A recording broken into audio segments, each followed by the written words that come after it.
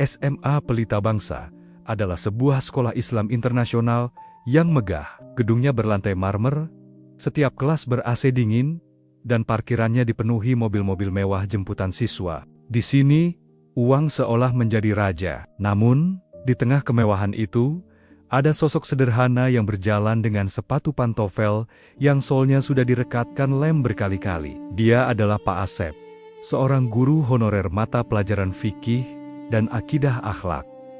Gaji Pak Asep tak sampai 2 juta rupiah sebulan. Untuk sampai ke sekolah elit ini, ia harus mengayuh sepeda motor tua sejauh 20 km setiap pagi. Meski lelah dan sering diremehkan karena status honorernya, Pak Asep mengajar dengan hati. Baginya, mendidik anak orang kaya justru tantangan terberat. Bagaimana memasukkan adab ke dalam hati yang sudah dilapisi emas kesombongan. Siang itu, saat azan zuhur berkumandang merdu dari masjid sekolah, suasana hening. Semua siswa diwajibkan sholat berjamaah. Namun, hidung Pak Asep mencium bau asap rokok yang menyengat dari arah gudang belakang musala. Dengan langkah pelan, ia memeriksa. Benar saja, di sana duduk 3 orang siswa dengan seragam dikeluarkan, asyik menghisap rokok sambil tertawa-tawa. Di tengah mereka adalah Aldo, anak donatur terbesar sekolah. Aldo duduk di atas tumpukan batako seolah itu adalah singgasananya, mengepulkan asap rokok ke udara tanpa rasa bersalah. "Aldo, matikan rokok itu sekarang," suara Pak Asep tegas, memecah tawa mereka. Aldo menoleh, tidak kaget, malah menatap Pak Asep dengan tatapan malas dan meremehkan. Ia menjatuhkan puntung rokoknya, lalu menginjaknya pelan-pelan dengan sepatu sneakers seharga 5 juta rupiah. "Bapak, ganggu aja. Kami lagi healing, Pak. Pusing pelajaran," jawab Aldo santai. Azan sudah berkumandang, waktunya sholat, bukan merokok. "Kalian melanggar 2 aturan berat sekaligus. Ikut Bapak ke lapangan sekarang. Berdiri di sana sampai sholat selesai," perintah Pak Asep. Teman-teman Aldo ketakutan, tapi Aldo justru tertawa sinis. Ia mendekati Pak Asep, jarak wajah mereka hanya beberapa sentimeter. Pak Asep, Bapak lupa siapa papa saya. Papa saya itu Pak Darmawan. Gedung perpustakaan tempat Bapak neduh kalau hujan itu, papa saya yang bangun, yakin mau hukum saya. Nanti Bapak nggak bisa makan loh. Ancaman itu nyata. Tapi Pak Asep menatap mata Aldo dengan tenang. "Nak, di mata Allah, bapakmu dan kamu sama saja dengan saya. Sama-sama hamba. Justru karena bapakmu orang terpandang, kamu harus punya adab lebih tinggi. Ke lapangan." Sekarang, wibawa Pak Asep yang keluar dari ketulusan hati membuat nyali Aldo sedikit ciut. Dengan menggerutu kasar dan membanting pintu gudang, Aldo akhirnya berjalan ke lapangan. Panas matahari siang itu membakar kulit, tapi api kesombongan di hati Aldo justru semakin membara, menunggu waktu untuk meledak. Hukuman itu tidak berlangsung lama, namun efeknya panjang. Aldo yang tidak terima kepanasan, diam-diam menelepon ayahnya. Ia memutarbalikan fakta, mengadu bahwa ia dipukul dan dijemur oleh guru honorer kurang ajar hanya karena telat masuk masjid. Kurang dari 1 jam, sebuah mobil SUV hitam besar dengan plat nomor cantik menerobos gerbang sekolah. Satpam yang mencoba menahan justru dibentak. Mobil itu berhenti tepat di pinggir lapangan basket, di mana Pak Asep sedang mengawasi Aldo. Keluarlah Pak Darmawan, pria bertubuh gempal dengan jas mahal dan cincin batu akik besar di jarinya. Wajahnya merah padam, napasnya memburu. Tanpa bertanya, tanpa tabayun, ia berjalan cepat ke arah Pak Asep. Murid-murid yang sedang istirahat menonton dari koridor lantai 2 dan 3. Suasana mencekam.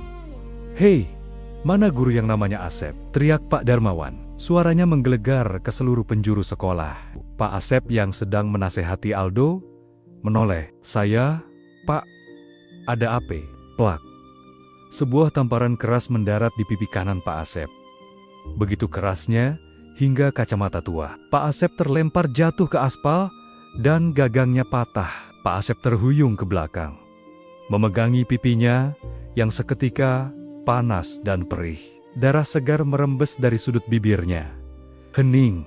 Seluruh sekolah hening. Bahkan, angin seolah berhenti berhembus. Aldo tersenyum puas di belakang ayahnya, merasa kemenangannya telah tiba. Pak Darmawan menunjuk wajah Pak Asep dengan telunjuknya yang gemetar karena amarah. Kamu itu cuma guru honorer gembel. Berani-beraninya kamu jemur anak saya seperti ikan asin. Kamu tahu siapa saya? Saya bayar mahal sekolah ini supaya anak saya nyaman, bukan disiksa sama orang miskin kayak kamu. Pak Asep tidak membalas. Ia memungut kacamatanya yang pecah dengan tangan gemetar. Ia berdiri tegak, meski pipinya bengkak. Pak, Aldo merokok dan meninggalkan sholat. Saya mendidik adabnya. Diam, potong Pak Darmawan makin beringas. Ia merogoh dompet kulitnya, mengeluarkan gepokan uang merah 100 ribuan, lalu melemparkannya ke wajah Pak Asep. Uang itu berhamburan di tanah, berserakan di dekat sepatu butut Pak Asep. Nih, ambil. Gaji kamu sebulan itu cuma uang jajan anak saya sehari. Kamu butuh uang kan? Ambil uang itu dan jangan pernah sentuh anak saya lagi. Dasar mental pengemis, sakit fisik akibat tamparan itu tidak seberapa dibandingkan sakit hati dihina di depan ratusan muridnya. Namun, Pak Asep teringat sebuah hadis tentang menahan amarah. Ia memejamkan mata, menelan rasa perih itu bersama ludahnya. Dalam hati, ia berdoa lirih. Ya Allah, hamba mendidik karena amanah-Mu, bukan karena gajinya. Jika ini ujian kesabaran hamba terima. Tapi jika ini adalah kezaliman terhadap ilmu, hamba serahkan balasannya kepadamu, Zat yang Maha Perkasa. Pak Asep tidak mengambil selembar pun uang itu. Ia berbalik badan dan berjalan menuju ruang guru dengan langkah pincang, namun kepala tegak, meninggalkan Pak Darmawan dan Aldo yang merasa sebagai pemenang di atas panggung kesombongan. Pak Darmawan mengira kekuasaannya bisa membungkam segalanya. Ia lupa, kita hidup di zaman di mana kamera ada di setiap saku. Tanpa ia sadari, aksi brutalnya menampar dan melempar uang ke wajah Pak Asep direkam diam-diam oleh puluhan siswa dari lantai atas. Sore harinya, video itu meledak. Judulnya provokatif. Guru sepuh ditampar dan dilempar uang oleh wali murid arogan di sekolah elit. Video itu menyebar lewat grup WhatsApp, Twitter, hingga TikTok. Ribuan komentar netizen membanjiri kolom komentar dengan sumpah serapah kepada Pak Darmawan. Namun, di sebuah kantor megah di pusat ibu kota, video itu sampai ke tangan seseorang yang sangat penting. Bapak Heru, seorang pejabat tinggi yang dikenal tegas dan religius, sedang istirahat sejenak sambil membuka tabletnya. Ajudannya memperlihatkan video yang sedang viral itu. Pak, ini sedang ramai sekali. Guru honorer diperlakukan tidak manusiawi, lapor ajudan. Pak Heru menonton video itu. Awalnya, ia hanya geram biasa. Namun, saat kamera menyorot wajah guru yang memungut kacamatanya yang pecah, mata Pak Heru membelalak. Ia menekan tombol pause. Ia menzoom wajah guru itu.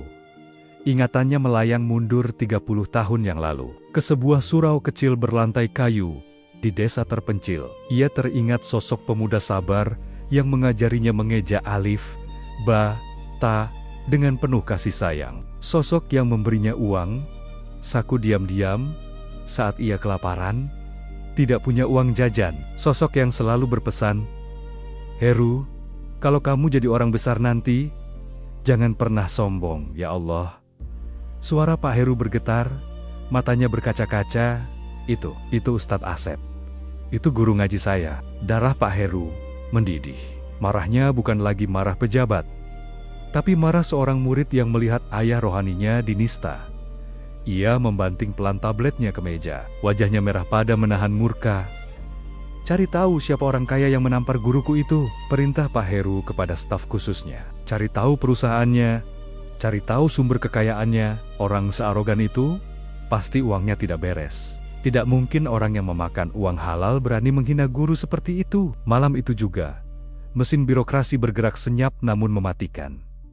Telepon-telepon penting dilakukan. Dari kantor pajak hingga kepolisian, semua mendapat instruksi khusus.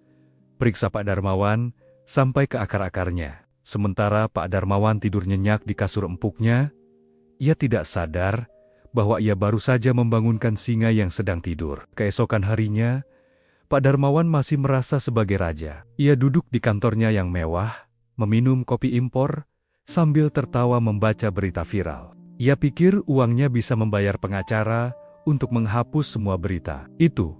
Ia bahkan berencana menuntut balik sekolah jika tidak memecat Pak Asep. Namun, pukul 9 pagi, petaka itu datang. Bukan satu, tapi 5 mobil dinas berwarna hitam dan mobil patroli polisi berhenti mendadak di depan lobi kantor perusahaan Pak Darmawan. Puluhan petugas berseragam rompi khusus tim gabungan pajak dan reskrim turun dengan wajah garang. Resepsionis panik. Satpam tidak berdaya. Para petugas itu langsung menerobos masuk ke ruangan Pak Darmawan. "Bapak Darmawan, jangan bergerak." Pak Darmawan terlonjak kaget. Kopinya tumpah. "Apa-apaan ini? Kalian siapa? Kalian tidak tahu saya donatur siapa? Keluar, atau saya telepon atasan kalian." Ketua tim penyidik maju, meletakkan surat perintah penyitaan dan penangkapan di atas meja mahoni yang mengkilap itu. "Silakan telepon siapa saja yang Bapak mau. Tapi kami bergerak atas perintah langsung dari pusat. Berdasarkan audit kilat semalam, perusahaan Bapak terindikasi melakukan penggelapan pajak selama 10 tahun, pencucian uang, dan suap perizinan ilegal. Total kerugian negara mencapai ratusan miliar rupiah." Wajah Pak Darmawan pucat pasi seketika. Kakinya lemas seperti jeli.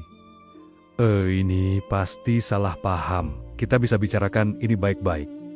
Suaranya gemetar, arogansinya lenyap tak berbekas. "Bicara nanti di pengadilan." Borgol dia. Detik itu juga, tangan yang kemarin menampar guru mulia itu kini dilingkari besi dingin. Pak Darmawan diseret keluar gedung, melewati karyawannya sendiri yang menonton dengan tatapan kaget dan jijik. Semua asetnya dibekukan. Rekening banknya diblokir. Mobil-mobil mewahnya ditempeli stiker disita. Di sekolah, nasib Aldo setali 3 uang. Kepala sekolah yang sudah mendapat dukungan penuh dari yayasan setelah tahu Pak Darmawan ditangkap, memanggil Aldo ke ruangan. "Aldo," kata kepala sekolah tegas, "perilakumu kemarin sudah melampaui batas toleransi. Sekolah ini butuh murid beradab, bukan hanya beruang. Mulai hari ini, kamu dikeluarkan dari sekolah ini."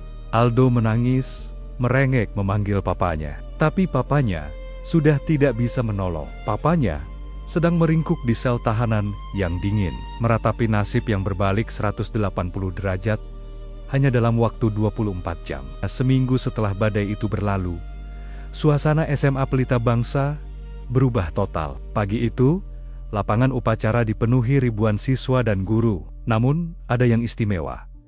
Sebuah karpet merah digelar. Rombongan pejabat negara dengan pengawalan ketat memasuki gerbang sekolah. Pak Heru, sang pejabat tinggi, turun dari mobil dinasnya. Ia tidak disambut oleh kepala sekolah lama, melainkan ia langsung mencari seseorang di barisan guru. "Ustadz Asep," panggil Pak Heru dengan suara serak menahan haru. Pak Asep, yang berdiri di barisan belakang, kaget. Ia menyipitkan matanya yang kini memakai kacamata baru pemberian murid-murid yang bersimpati. "Nak Heru," Masya Allah, Heru yang dulu suka ngompol di surau, suasana hening sejenak, lalu pecah oleh tawa haru. Pak Heru, pejabat yang ditakuti banyak orang itu, tiba-tiba menunduk, mencium tangan Pak Asep dengan takzim di depan ribuan orang. Ia memeluk guru ngajinya itu erat-erat, tak peduli pada protokol pejabat. "Terima kasih Ustadz, kalau bukan karena didikan, sabar Ustadz dulu, saya tidak akan jadi seperti ini. Maafkan saya baru datang sekarang," bisik Pak Heru. Hari itu juga, yayasan sekolah mengumumkan keputusan besar, sebagai bentuk penghormatan atas integritas dan kesabaran Pak Asep, serta untuk memperbaiki moral sekolah yang sempat rusak oleh budaya uang. Pak Asep diangkat menjadi kepala sekolah kehormatan. Gajinya dinaikkan 10 kali lipat, dan ia diberikan fasilitas haji untuknya dan istrinya. Sementara itu, di luar gerbang sekolah, terlihat pemandangan kontras yang menyedihkan. Sebuah mobil taksi online tua berhenti. Aldo turun dengan seragam sekolah lain yang jauh lebih sederhana. Ia menatap gerbang sekolah lamanya dengan tatapan kosong dan penuh penyesalan. Ayahnya bangkrut total. Rumah mewahnya disita. Ibunya stres berat. Aldo kini harus hidup prihatin, merasakan bagaimana susahnya mencari uang, merasakan hidup seperti orang yang dulu sering ia hina. Di atas podium, Pak Asep memberikan pidato pertamanya sebagai kepala sekolah. Bukan dengan bahasa yang tinggi, tapi dengan kalimat yang menembus hati. Anak-anakku, uang bisa dicari, jabatan bisa dibeli, tapi adab tidak dijual di toko manapun. Hormatilah gurumu, siapapun dia, karena di dalam ridho guru ada kunci sukses masa depanmu. Jangan pernah merasa lebih tinggi dari orang lain, karena Allah bisa membalikan nasib kita semudah membalikan telapak tangan. Gemuruh tepuk tangan, membahana. Air mata menetes di pipi para siswa dan guru. Hari itu, keadilan telah menemukan jalannya. Kesombongan telah runtuh menjadi debu, dan kesabaran telah berbuah menjadi mahkota kemuliaan. Sahabat, kisah Pak Asep dan Pak Darmawan adalah pengingat keras bagi kita, bahwa menghina guru sama saja dengan menutup pintu keberkahan rezeki kita sendiri. Jika kisah ini menyentuh hati sahabat, mari kita muliakan guru-guru kita.